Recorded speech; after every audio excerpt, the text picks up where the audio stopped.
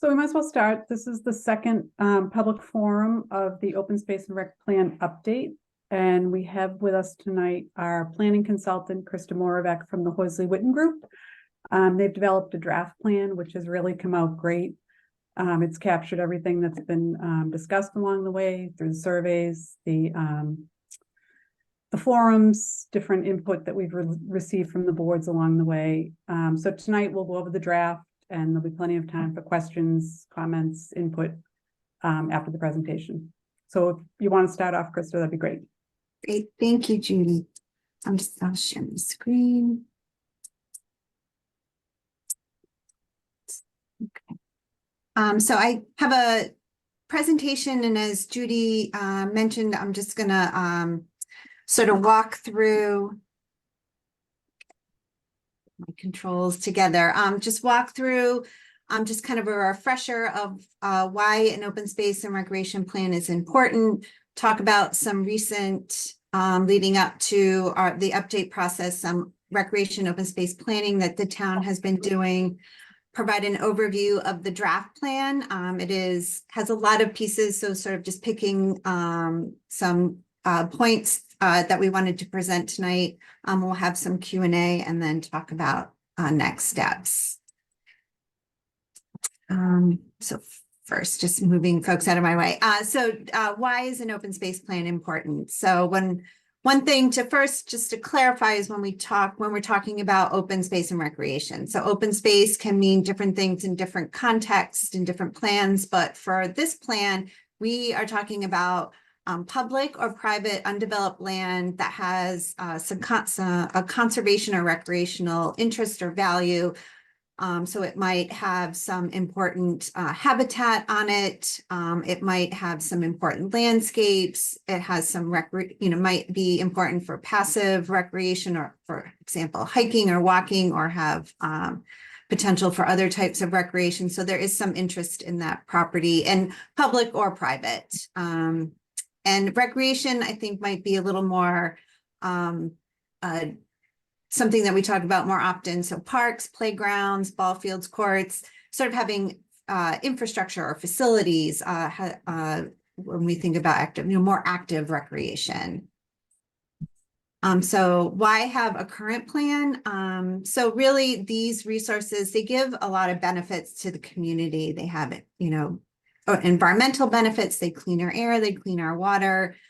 They have social benefits. They're places where we can gather together as a community. They have health benefits. We are active there. There's also studies that tell us being out in nature has mental health benefits, and so it helps our social well-being. So we want to make sure that we can maintain and enhance these resources so we can keep those benefits. And a plan, it helps us sort of understand if we're doing that. So where we can use the plan in the update process to understand where we are with those resources, where we want to go, and how we're going to get there. So it presents a roadmap. It gives us an opportunity to measure our success in meeting needs and challenges associated with these resources. And finally, they support efforts to acquire funding to maintain them and to enhance them, to build these resources. The Division of Conservation Services is sort of the lead agency around the Open Space and Recreation Plan. They review it and approve it, and having an approved plan keeps the town eligible for funding through that department. But it also helps with going for funding for other resources, because it shows that you've gone through this public process and you vetted it with the community. They've given input, so it kind of sets you off in a good start with an action plan. So this is just a very quick overview, high level of our update process. So generally what we do is we review information from the last update, looking at inventories, reports, plans. We do outreach. So we've interviewed town staff and different stakeholders. We had our first public workshop last spring, and we met and had talked about what are the needs of the community, what is the town doing really well, where could improvements be made. We had a community survey that went out and just tried to understand people's experiences, sort of building on the effort with the town's master plan and visioning process. And we did that put that out for as long as we could. We really wanted to see how much input we could get as many people to participate as we could. And then we set out writing the plan. And so here we are tonight, trying to see if we got it right. So we're here to just present a high level review of the document. It's up on the town's website, and I'll have some links for you and opportunity to give feedback. And after that, we'll distribute the document. So DCS asks us to get some letters of support. So from the head municipal officer entity for the town, so the Board of Selectmen, the Planning Board, and also from sort of the regional planning entity, which that Wakefield is in, which is the Metropolitan Area Planning Council. So we'll reach out to them, and then we submit our draft to DCS for review. So I'm just going to touch on some high level, as I keep saying, pieces of the plan. So there are 11 required sections. So these aren't all 11, but they're sort of the key pieces. There's a community profile. It talks about demographics and housing and so the economics of Wakefield. There's environmental inventories, so the water features, wetlands, forested areas, so sort of just really inventories all of that. The open space and recreational resource inventories. There's an analysis of needs, and that is broken up into 3 pieces. So the community needs, natural resource protection needs, and management needs are really focused on what the town needs to sort of maintain and operate these facilities. It outlines goals and objectives, and then there's a 7-year action plan. So I just want to touch on the inventory itself. So when we look at the inventory, we're really looking at all sort of open space and recreational properties. So we look at municipal properties. So that would include conservation land, parks and playgrounds, athletic courts, water department protection land, cemetery, school department land. So anything from the municipal side.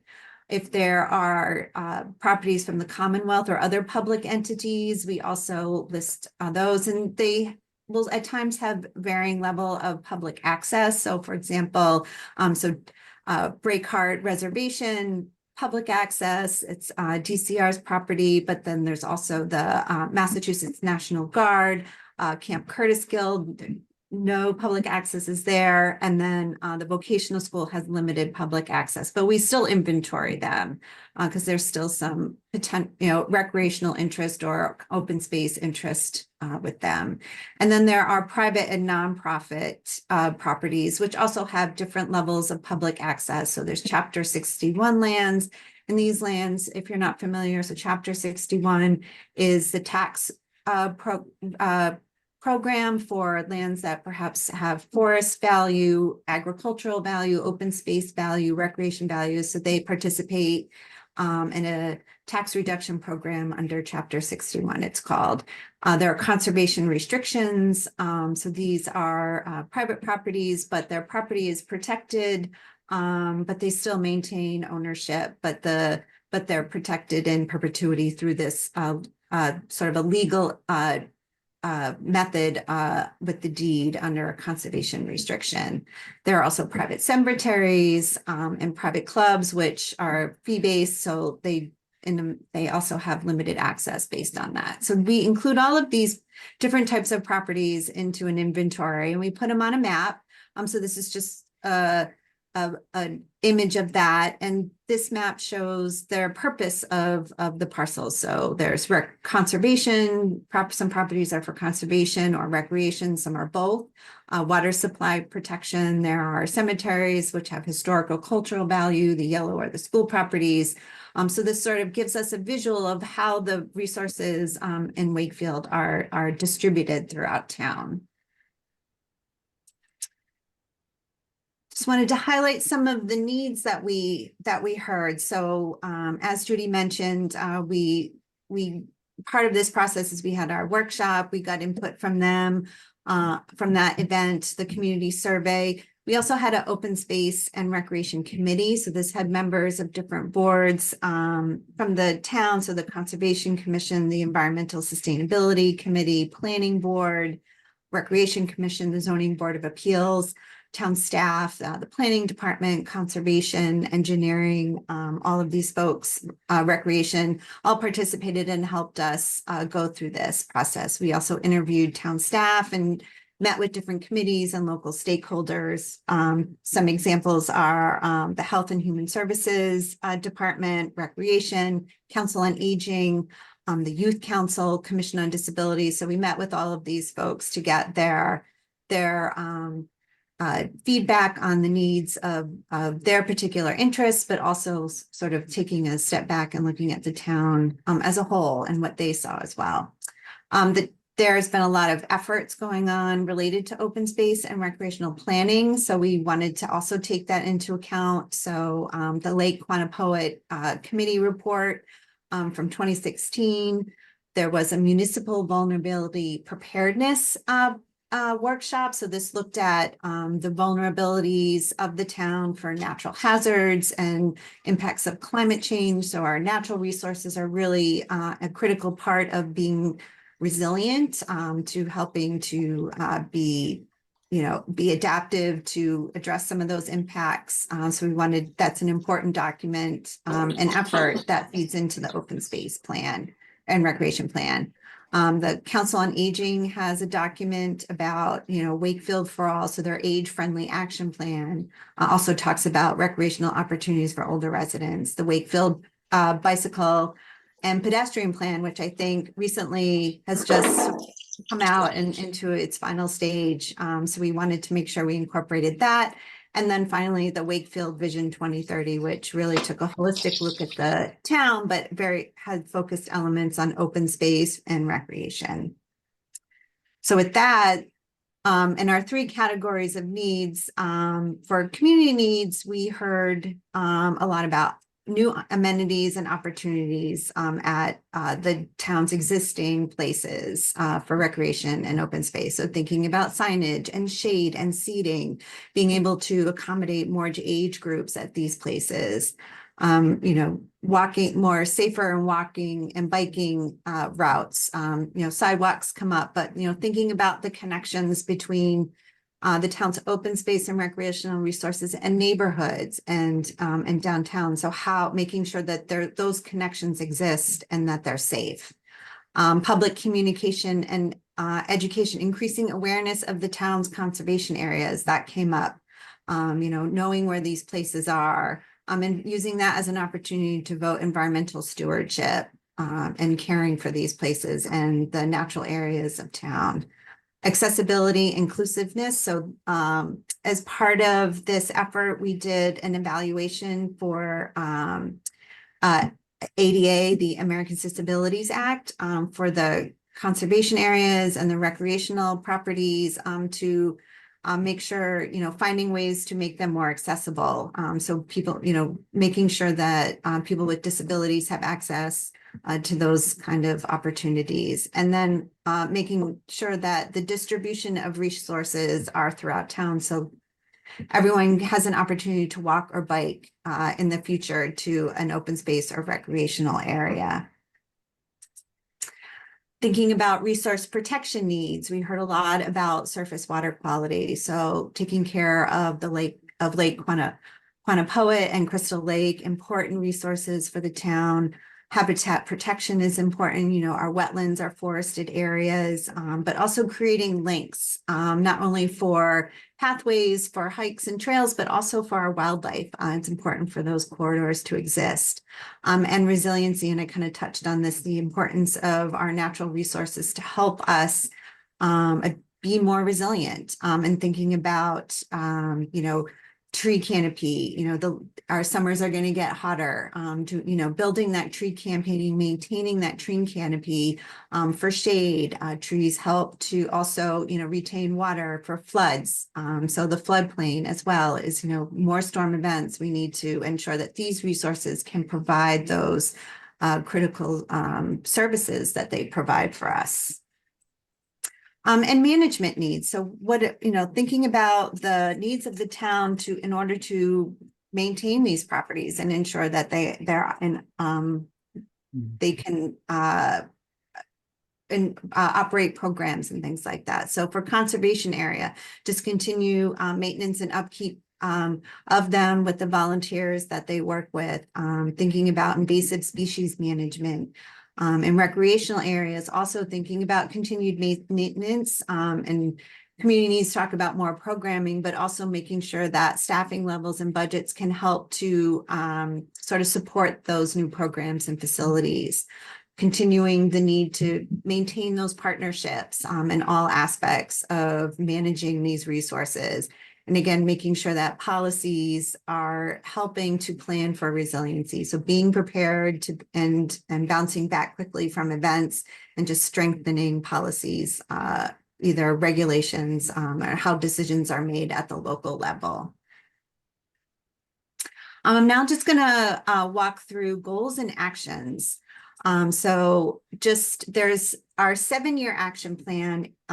So in this document, in this piece of the document, it talks about, we have goals and objectives, and I'm just going to present the high level goals right and in this particular piece tonight. But it also talks about who's going to help implement these actions. And then we have a time frame and a potential funding source if it's needed to sort of move that action forward. But I just wanted to highlight there are many entities that really sort of come together to make the implementation of this action plan. So a lot of different town committees and partners and staff and departments that really need to bring this to fruition. So we just wanted to highlight all of these groups. It's not just one particular commission or department that's shepherding us through. It really takes an effort of multiple departments.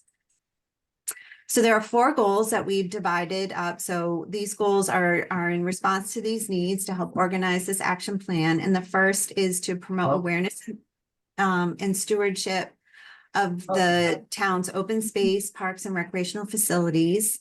Goal 2 is to improve accessibility, inclusiveness, and equity of resources to residents of all ages and abilities.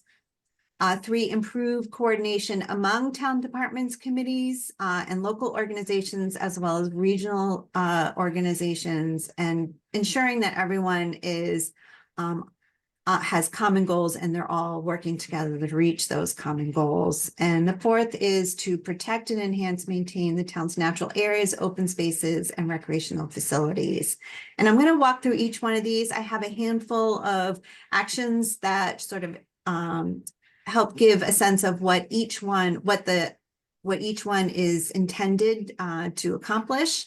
And you can always go back to the plan and sort of get into the details about them. But I just wanted to highlight some of the items that we've been talking about in our action plan. So the first is around promoting awareness and stewardship of the town's resources. So some of the actions under this goal are to organize, restart the Trail Stewards program, which I think has already happened. It also talks about collaboration with the different community organizations to ensure that, try to build the service for all age groups that the need was expressed around. Coordinate events with the school department, the youth action committee, and the health department around, again, this is sort of trying to make sure that all age groups are represented. Developing online and printed resources, holding events in lesser known sites to bring awareness to them, and improving signage and boards using the town's current efforts with signage and sort of building on that. Goal 2 about improving accessibility and inclusiveness.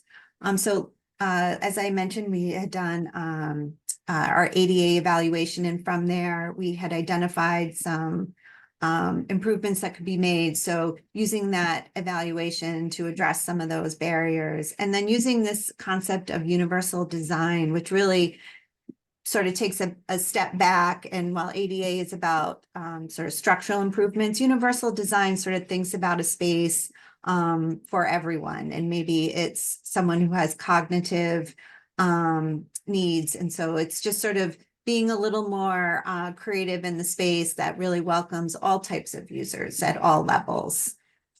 So coordinating planning between the health department, recreation, council on aging. I mean, a lot of this is happening already to really recognize how we can bring health and our physical health and our mental health into these spaces. And so some of this programming is already going on, but to continue to that coordination.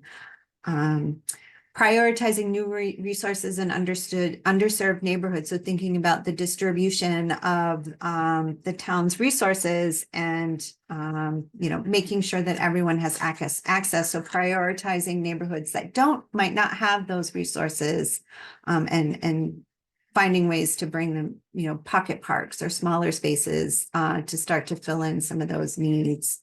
Improving walking, biking, scooting safety. So this is from the town's current plan that I had mentioned. So making sure that those routes are safe and connecting resources. And then also if there's going to be a lot of new programming, thinking about hiring a new assistant recreation director, if it's full-time or part-time, that really coincides with additional programming. So thinking about moving that forward. Goal 3, improving the coordination not only among the town entities, but also working regionally on common goals.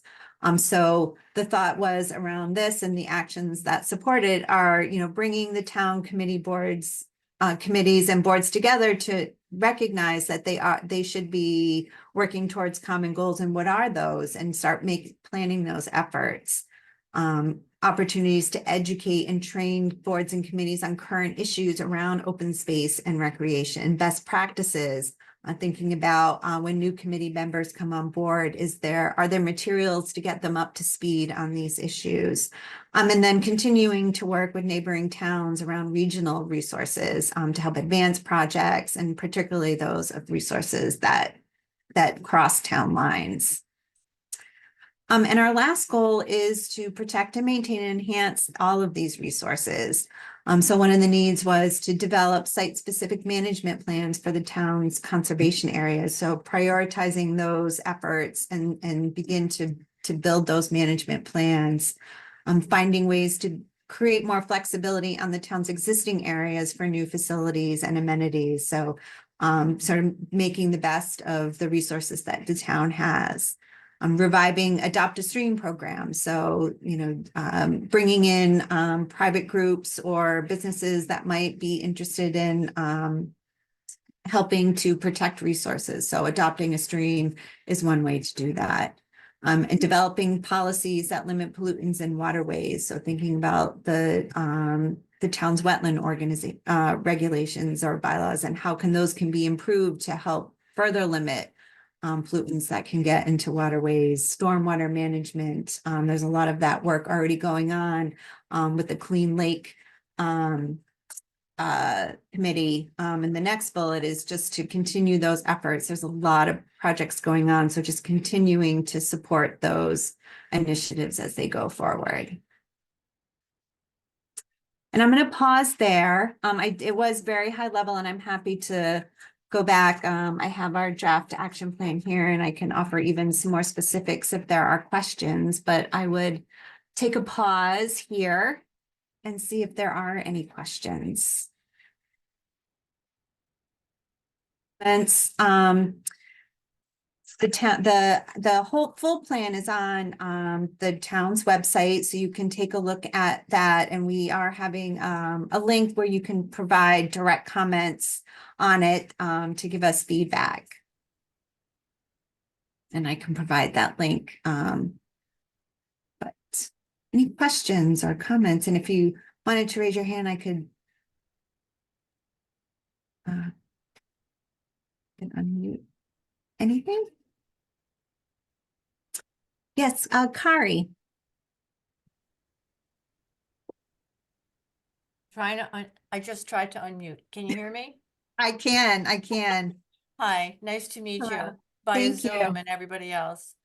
I don't know if this applies to the meeting thus far, but I have been very impacted by and blessed to stay on the lake. We've lived here for 30 years. We have a business in Wilmington, and I've watched wildlife flourish.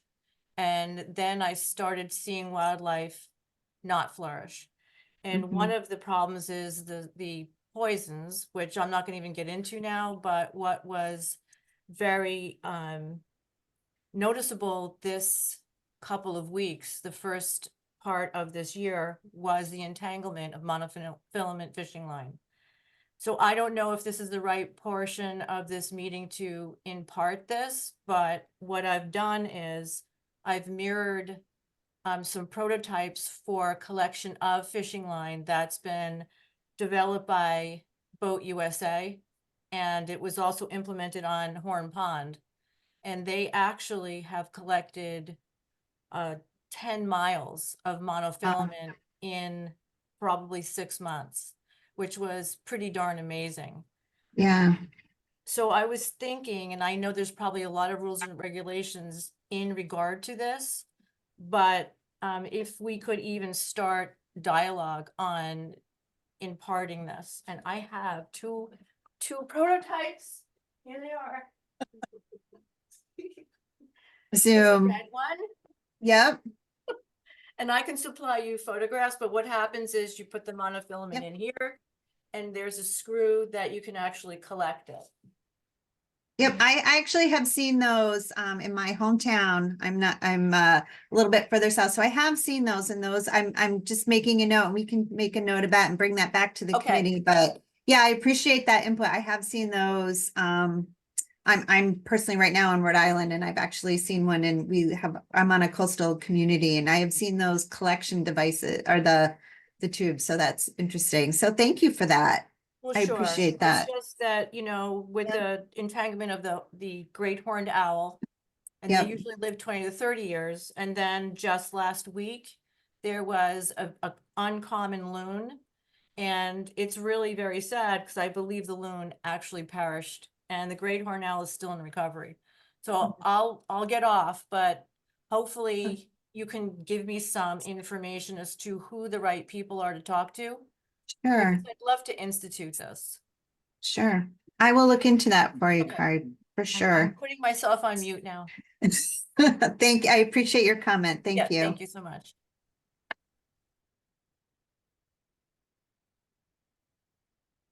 Any other comments or questions? Eleanor, yes. Hi, well, thank you for everyone's tremendous work on this. I'm sure it's a huge undertaking. I was pretty familiar with the old, like the last open space plan that was done about 20 years ago.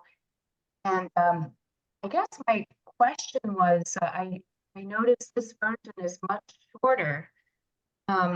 What was omitted? What did you guys decide to leave out? I'm not sure if there was specific guidance, but it was about over 140 pages before.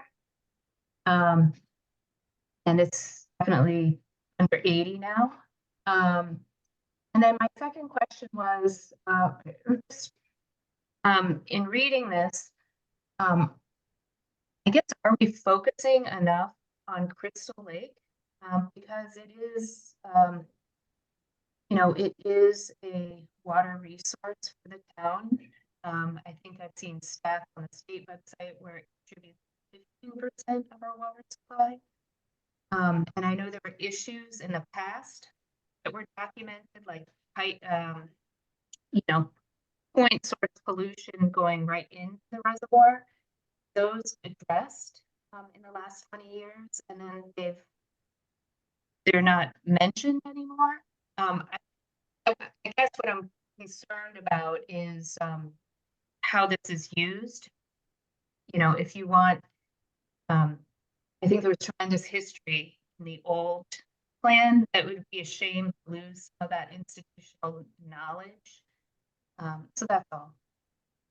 Nope, thank you for that. Sorry, I'm gonna stop sharing. Yep, so I'm not sure if, so your question about what was left out, I don't know how quite to answer that. But I do take your feedback on making sure that we are adequately talking about Crystal Lake and the quality of Crystal Lake. And we can make sure that we are addressing those issues and the work that has been done on it over the last 20 years to make sure that we are acknowledging that. But I'm- thank you for that. I'm Yeah. sorry, may I ask one more observation? I guess is understanding the relationship of Mill River from its point source at Crystal Lake and how it flows through town. That's supposed to be missing as well. I think I've seen other maps in other towns, if for example, put under ground, you know, they indicate that by batches. I think that would be relevant information for the community. You know? I'm sorry, Eleanor, you're sort of going a little bit in and out. The mapping of Crystal Lake, sorry, the Mill That's River, okay. El Mill River, okay. and how it goes Thank through you. town and connects to the Saugus River. It's unclear from the maps. Okay, yeah, and I think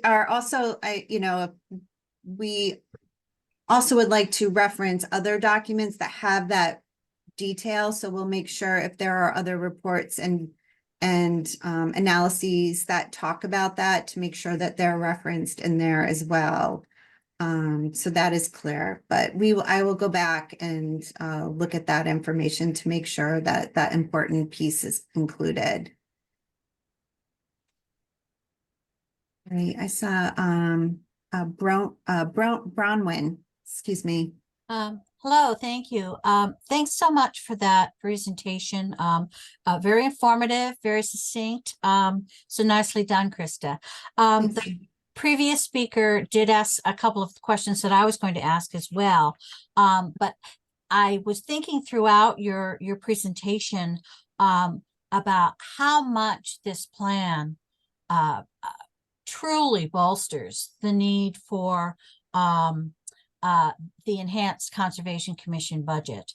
I mean, almost every point that you made, just begs that we have a much stronger, more robust Conservation Commission budget, because they can't keep up with the work now with the time constraints put on them. And we all know we need a full-time conservation agent, but this plan will not be, they won't be able to do the implementation in a proper way without that enhanced budget. So I wanted to just say how much this supports that. I did have a couple of sort of questions about the survey itself. Yep. I remember seeing it. I remember participating in the survey. Thank you. But just a couple of quick questions. Mhm. Who put the survey together? In what venues was it shared? The total number of participants that you got, and where we can see the results and the breakdown of the results. Thank you. Sure. Thank you for that, Bronwyn. Yes, so we put that, Horsley Witten and the committee put together that survey. So we did have it extended. We got a very small return on probably about 150 responses to that. And so it was a small survey. We kept putting it out. We left it. That was sort of our reason to extend that period of time in which it was available. I think between the committee, it was put out through the different networks from the Recreation Department and Conservation Commission. It was on the town's website. I think Judy and Rebecca did a lot of work in getting it out. I don't know if Judy, you wanted to fill in some of those places as well, that in ways you had gotten it out. But there is a summary of it as part of one of the appendices, and I apologize, I'm not sure if that made it onto the website, but we can have that posted, and it can get the results of that survey. So you Which can see website are you those. referring to, please? The town's website and Town website, okay. yep, and there's the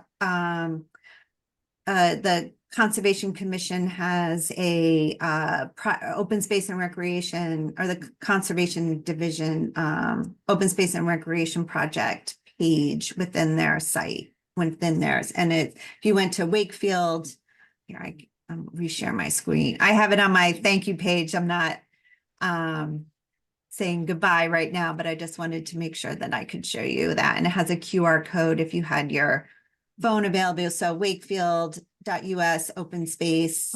And so you can go there, and that's where the draft plan is. And we'll make sure that we have the summary of the workshop up there if it's not already. And did I answer all of your questions, Bronwyn? I think pretty much, Okay. I just wanted to clarify, Yes. if for some reason the actual breakdown of the results showing the numbers and the number and who responded to what, if we can't find that, what's the best way to get a hold of you or the person who We would will be make able to sure get it is up there. We will make sure it's up there. That will be Okay. the place. Yes. If Great.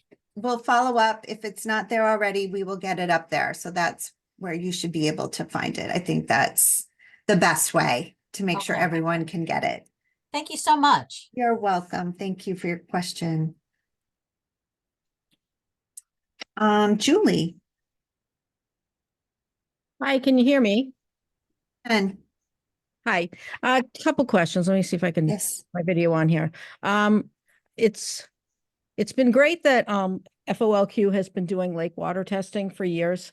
Is there any chance that the town could be taking that over as a priority for both Lake Quantapowhat and for Crystal Lake and for any other bodies of water in town?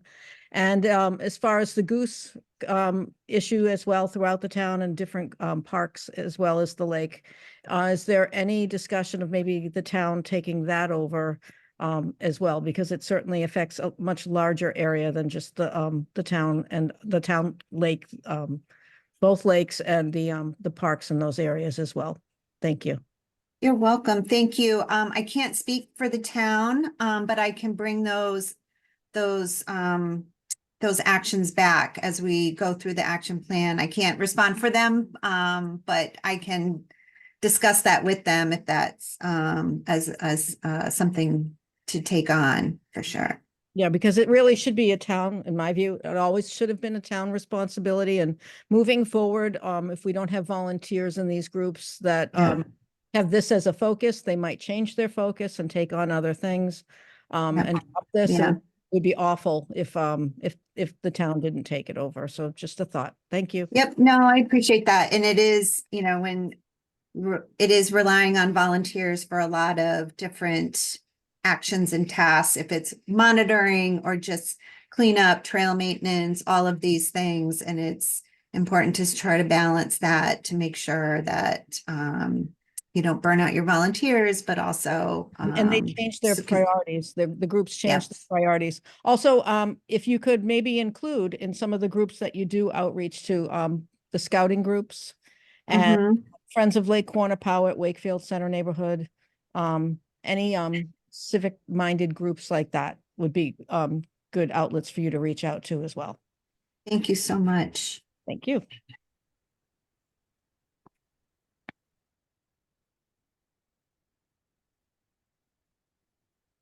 Other questions, comments?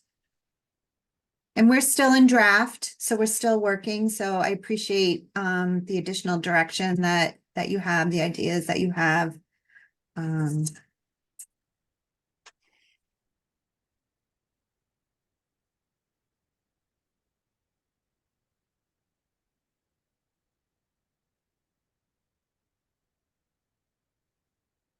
I just want to Yeah, make Alan. one comment about the survey Thanks. and the outreach. I also attended several board and committee meetings to promote the plan. I attended the farmers market. I was at Town Day last year. Several Facebook pages, anyone and everyone I came across, every group that I could think of. So there was a lot of outreach. Unfortunately, it didn't receive a lot of respondents, but it was along the same time as the master plan surveys. So some of that, I mean, it didn't overlap with them, but some of that could have contributed to it.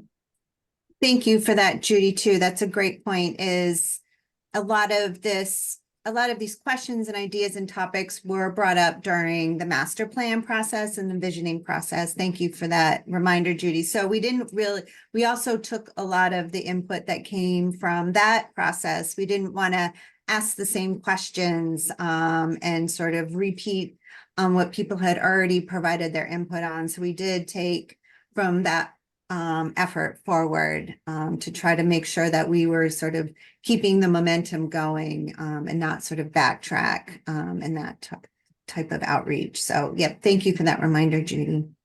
And I think part of the survey was about the conservation areas, and people didn't have a lot of knowledge about them. So part of the plan was to heighten the interest in it and hopefully get people out to look at these areas. So I think that may have contributed to some of it. You don't realize how many opportunities there are in town. Right. Bree, I see you're next. Hi, yes. Thank you. First of all, for all of this work, I know this is a tremendous amount of work and a huge plan that I like a lot of for the town. So this is great.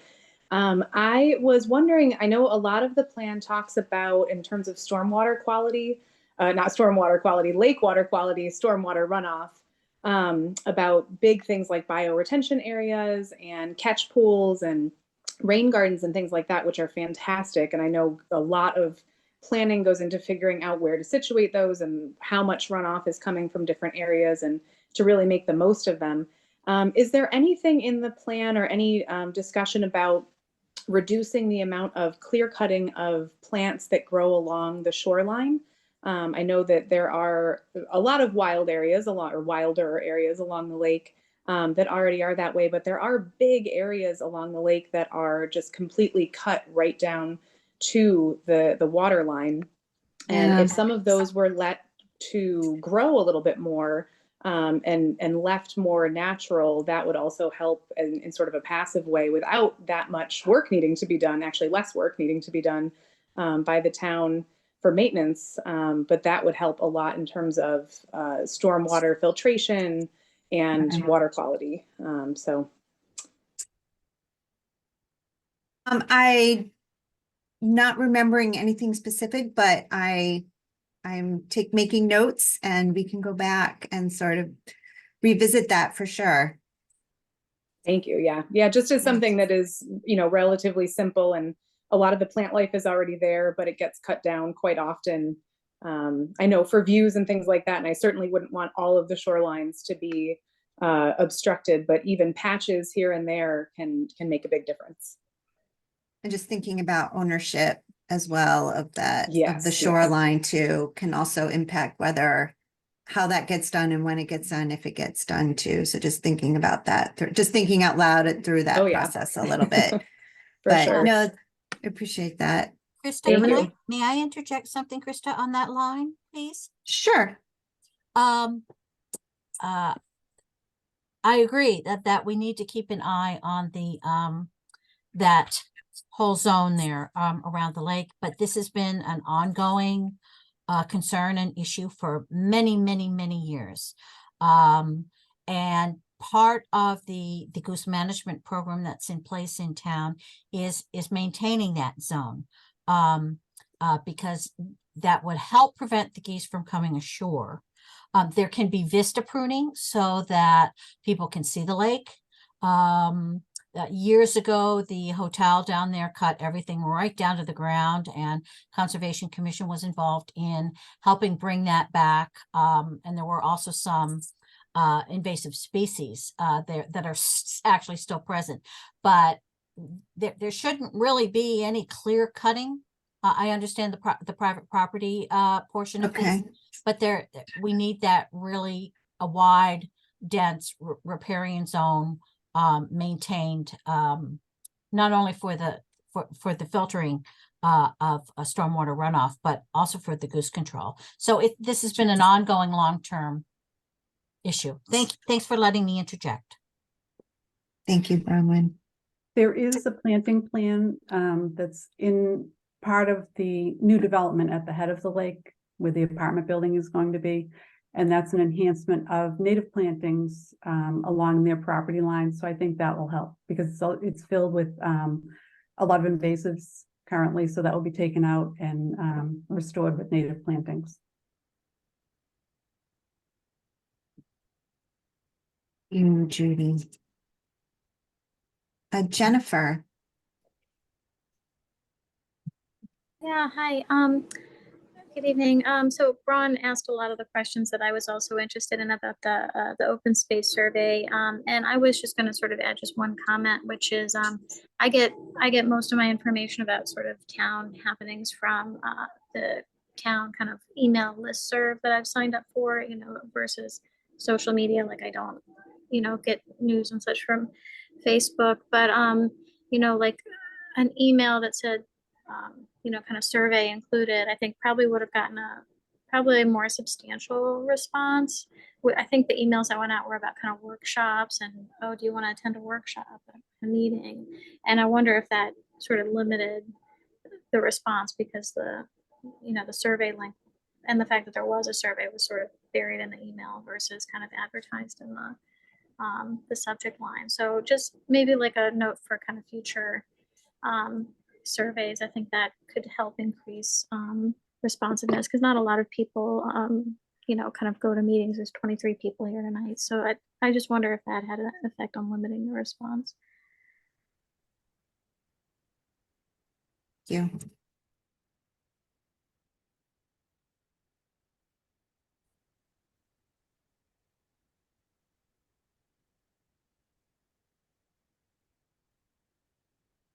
Are there questions or comments? Really appreciate the feedback.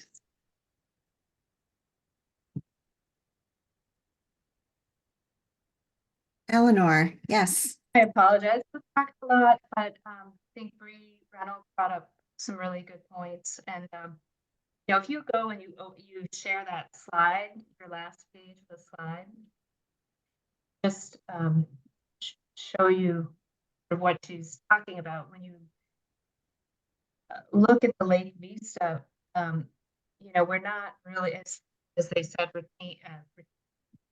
maintaining it the best we could in alignment with the latest state best practices for goose management, etc. But it is actually less work, we said, to let certain areas like in front of the cemetery to just let the native vegetation grow and not cut back the edge, leave a 5 to 10 foot buffer.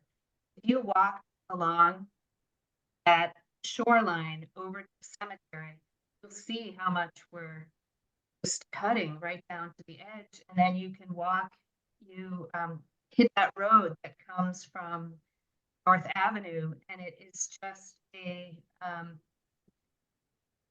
basically becomes a intermittent stream with runoff from the street all the way to the lake. And you can see, you know, just incredible washout from the heavy rains there. So it is just something to think about, and it's not a lot of work. It's actually less work than doing plantings. It's just letting parts of the lake sort of be more natural.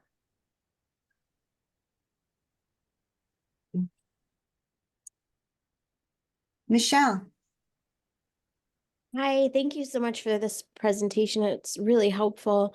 I just have a quick question. I've heard sort of murmurings from neighbors about potential development near on JJ Round Park. I see on the map that's on the website that part of it is categorized as recreation space and part is recreation and conservation. And I'm just wondering, as a fairly new resident to the town, you know, what protections are in place for these recreation and conservation areas in terms of possible development of, you know, condos and that kind of thing? Thank you. Yep. So there are, so the town's conservation areas are protected, from development. So those, are in, so there are different levels depending on the property, but in general, they are protected, in perpetuity.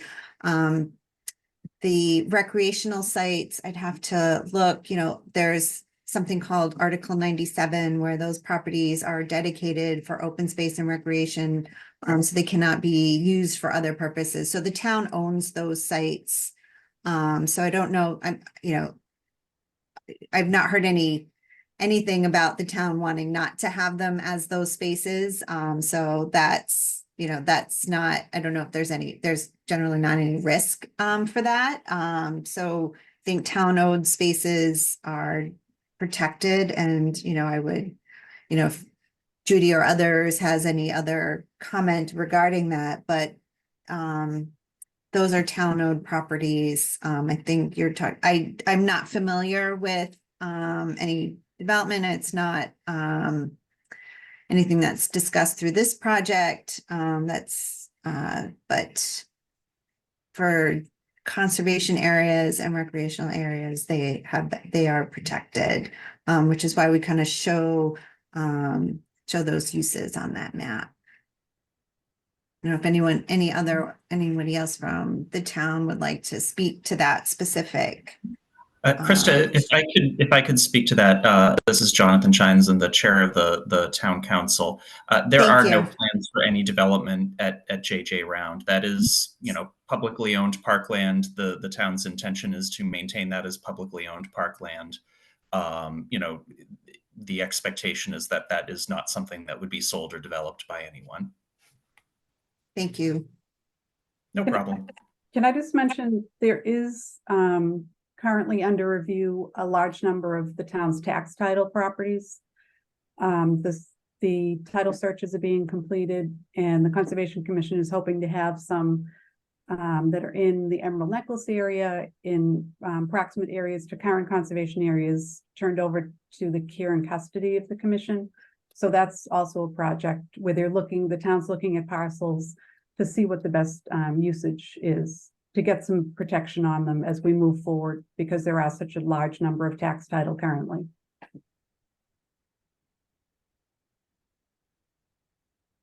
Great, thanks, everyone. I appreciate the backup.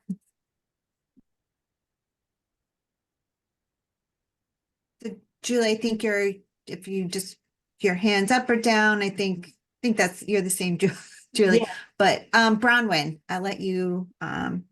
Thank you. Just real quick, regarding the Article 97 land, there was a recent issue with that there was Article 97 land up just west of the vocational school, across from the current high school, that had been slated for recreational land. And it recently went to town meeting to take a portion of that for an energy park. So there's a pretty easy mechanism to use Article 97 land for what it wasn't intended for. So it's not really completely safe, because it would have to go to town meeting, and the voters would have to make their decisions. So and that happened pretty easily. So it's please don't consider it safe, because it isn't. Understood. I will say part of that, there was a land swap. The town actually has a new conservation restriction near the site that is going to be used for the energy park. And there'll also be a pocket park on Foundry Street and a replanting plan at Maple Way Playground. So there was somewhat of a return for that exchange of land.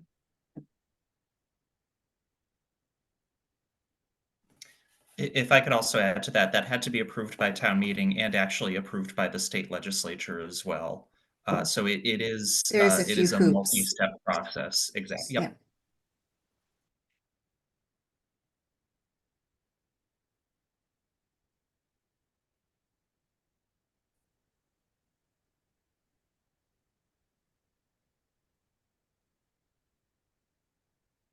other questions or comments? I really appreciate all your feedback.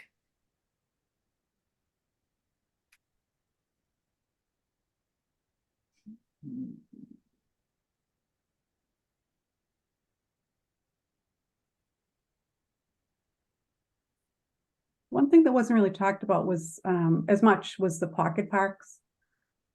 And I know that's a big issue, a big initiative that has been talked about, getting some type of pocket park in each neighborhood as much as possible. So I think something that might be helpful is within each one is having some type of educational component, whether it's a small rain garden, things like that, with some educational signage. So it has a little, it just adds more value and heightens the awareness of what you can do in your own backyard. And I think pocket parks will add a community connection for people. And as the bike ped plan enhances, accessibility, things like that, I think it'll just add, some more community value. All right. It's a place where people can get together, depending on the size. You can have all sorts of benches or just gathering spaces. Right. And there are already a few in the works, which is great. So I'm hoping that's going to be an impetus for, a broader expanse of them. I think that would be great. Thank you for that, Judy. I mean, there's a bit of detail in the action plan. Really, one example is sort of talking about the pocket parks. Sort of building on that work from the master plan too, and prioritizing those areas of town that perhaps don't have as many resources as well, to build the equitable distribution of access. Right. Thank you. Something else I thought of is have you worked with other towns that use any type of metrics to track the progress of the goals and, tweak them over time if different things aren't working, things change, anything like that? Sure. Yeah. So some of the times, I think I'm trying to remember if we talked, so you can, making it sort of an annual check-in on the plan. So you can set up metrics, if there's, through the goals, how many pocket parks are created, you can set up these sort of numerical guideposts, if you will, and, checking in on an annual basis on the plan, because we do identify timing as well. So year one, we hope to complete these tasks. Year two, and you can use an annual check-in to see if those are being done. If they're not, why? Or maybe sometimes something that you thought you might do later is now moved up forward. Perhaps funding has become available or something along those lines. But having an entity responsible for the plan and doing that check-in is a good way to keep up on the plan. And yeah, identifying metrics or more specific accomplishments that you would like to see. For sure, we can talk about that. And I know other towns have ongoing open space committees, and I think that would be helpful to kind of keep the conversation going once the plan is completed, because I know that's been a problem before.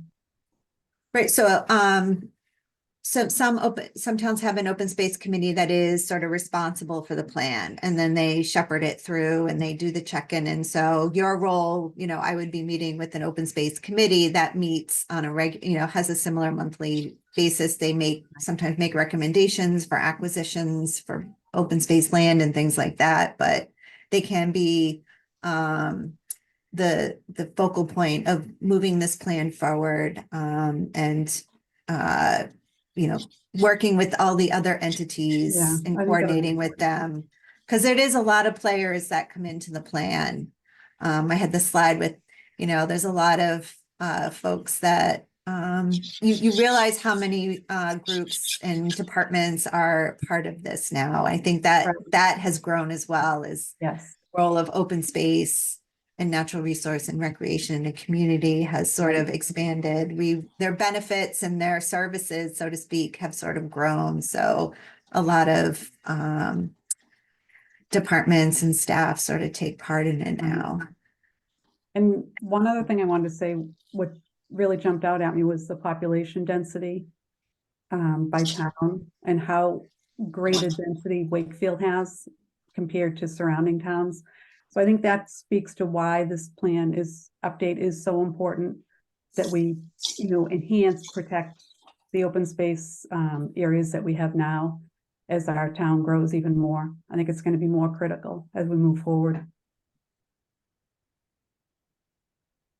And I think some of those stormwater projects that you all are doing is a way to sort of build that green space. It doesn't, it may not seem like a big effort in the sense where it might not be, it's just that one area, but then you start to see the connection of it. They start to connect. And when they say green infrastructure, green network, I mean, you really can see it and how it just webs through the town. And so Right. there's every little piece counts, and the health of it too. I think that's the other piece. No, I agree.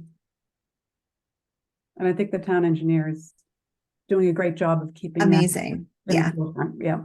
absolutely. I love there's the map of all the projects around the lake is it's really inspiring, and you see there's a lot of planning and thought put into Yeah. that. So we Absolutely. tried to, and I think that's this plan also is trying to be a bit of an umbrella, because there are all these pieces, and maybe that's, to the question about why his plan isn't as long, it's, that's hard to answer, but there's a lot of planning that's happening else, in parallel to this, and you don't want to repeat, you just want to reference as that project moves forward, we still stay current, they're sort of on different timelines. This plan gets updated every 7 years. Right. Some plans, it might be 5. So you just want to make sure, you want to keep everybody consistent. But there's so much going on too, and you want to give credit to those plans as well.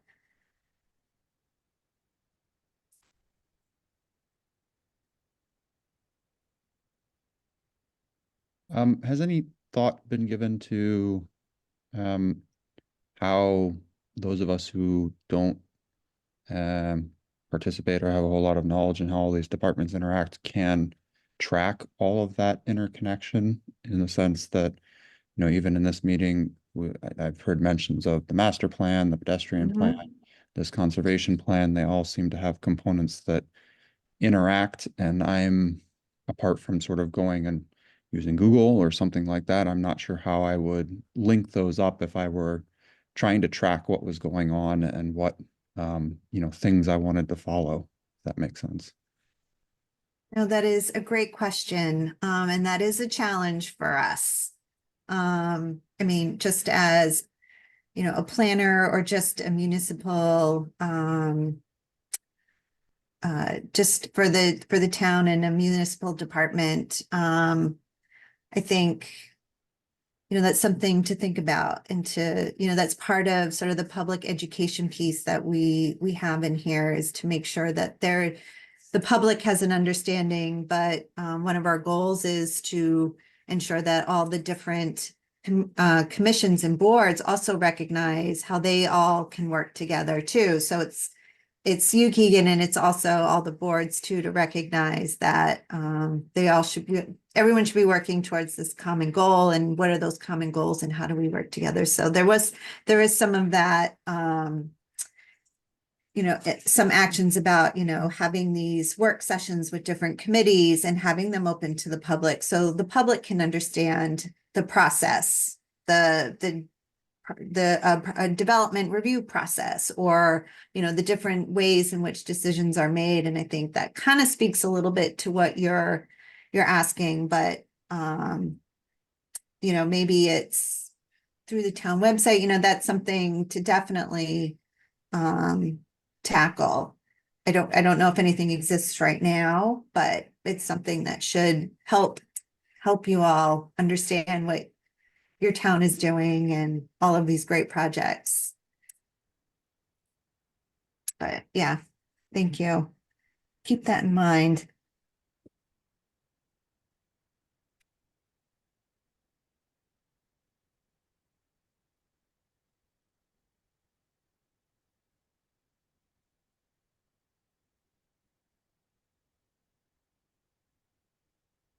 Julie, I'm just gonna check in. Hi, can you hear me? Yes. Um, I think it was Eleanor a little while ago said something that caught my memory. I grew up on the west side of Wakefield. We used to skate in a swamp behind the Knights of Columbus near the car dealerships in Reading. I used to see them cleaning cars and just letting it run off into the swamp. And I know that the Boys and Girls Club and FOLQ, they have both been doing lake water testing. And in different areas of the lake, the phosphorus readings can be quite different. And I know that's normal, but I do know that the side of the lake where I would think this runoff would be entering the lake is usually quite high. I kayak the lake, I canoe the lake. I don't know if this is something that other towns do, but I like the if you see something, say something. Is there any way that where anything is entering a town waterway, it could be labeled with some signage so that if somebody is seeing something, they can say something if it looks abnormal?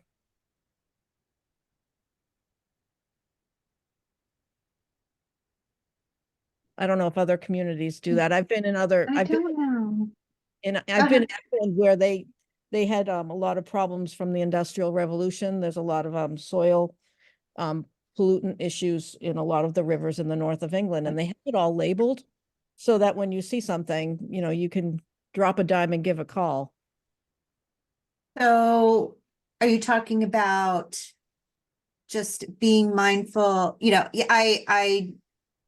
industry and rivers, there's a lot of history of that in this area between the Blackstone and perhaps the Charles. Like there's a lot of rivers that are historic, industrial, a lot of bad stuff in the sediment on the bottom. So you're asking about signage that talks about the Where there might existing. be, where there might be drains connecting to any of Okay. the waterways. Is that something that other communities do? I'm not sure. I know that they have on storm drains, they'll put a little plaque of some sort, a little like a sign that says drains to lake or drains to bay or something like that to let people know that, you know, please don't dump things down the storm drain because it's going to end up in the river across the street, you know, those types of things. So it's sort of alerting people that if you dump something in the storm drain, it's not going, it's just going to end up in a, you know, in a natural area. But I know in Wakefield, the Eagle Scouts had a yeah, project years ago, and that's what you see in Wakefield on the sides of the roads. But in yeah. our waterways, I would love as a citizen and as a taxpayer to know exactly where the inflows are when I'm using the lake. So, okay. Does that clear? I don't know. I have to think about that a little bit. I'm trying to sort of visualize what that would look like. But I mean, the town does, you know, there's some mapping of sorts of outfalls and things like that for their stormwater system. So there's a whole requirement around that to meet the sort of federal requirements in managing stormwater from that level. But I think you're talking about maybe something a Signage. little So when you're more, yeah, when you're using the lake, let's say yeah. you're near Cemetery Point or near some of those side streets off of North Avenue. I know there are some things over there. I'd like to know where they are because I'm, you know, canoeing and you see things Mhm. and you don't know necessarily what you're seeing. Yep, Just a thought. Thank you. yep. Thank you. No, it's interesting.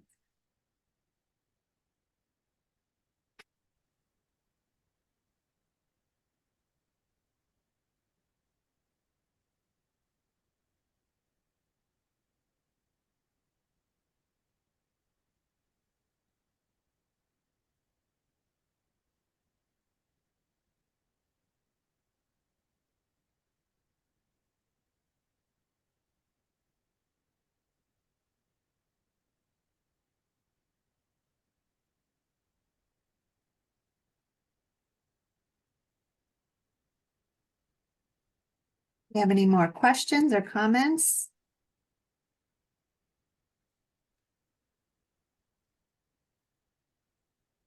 So our next steps are, to take your feedback and go back and sort of see if there's any refinement that we can do. Of course, we have the draft up on the town's website and to this website, and we will have, we did create there's no chat on that I could post that. Just we would like to put something so you can offer additional feedback. So you would have some time to look at the plan and offer any more sort of detailed on your comments or your feedback. We would, want to give the community that opportunity to do that. So we will have that up and available.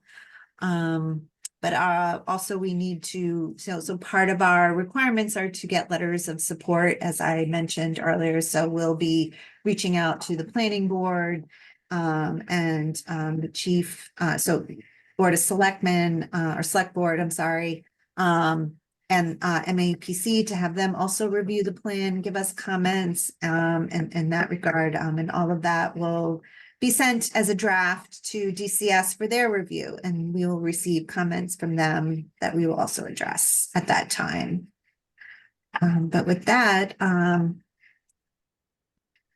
there are no more comments. I think we could perhaps wrap up, or I don't know if there was other further announcements that you wanted to make, Judy, or any other things The to commission highlight.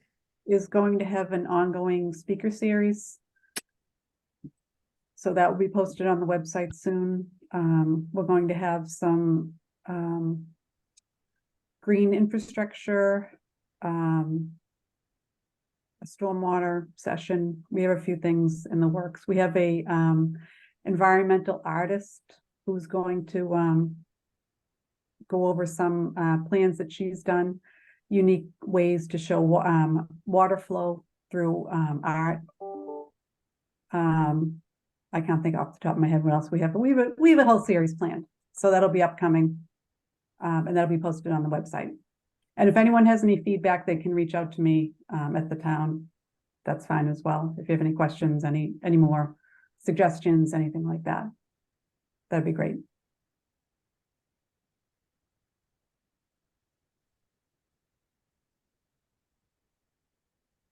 Well, thank you very much on this very cold January evening. I appreciate all your time. Yeah, thank you everyone for coming out. Yeah. Coming in to come out. For all this work.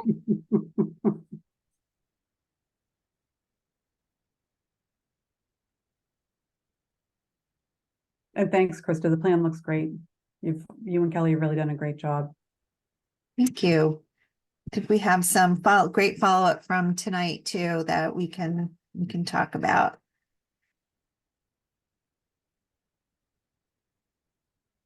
Thanks, everyone. Good night, everyone. All right, thank you. Thank you. Good night. Good night. Thank you.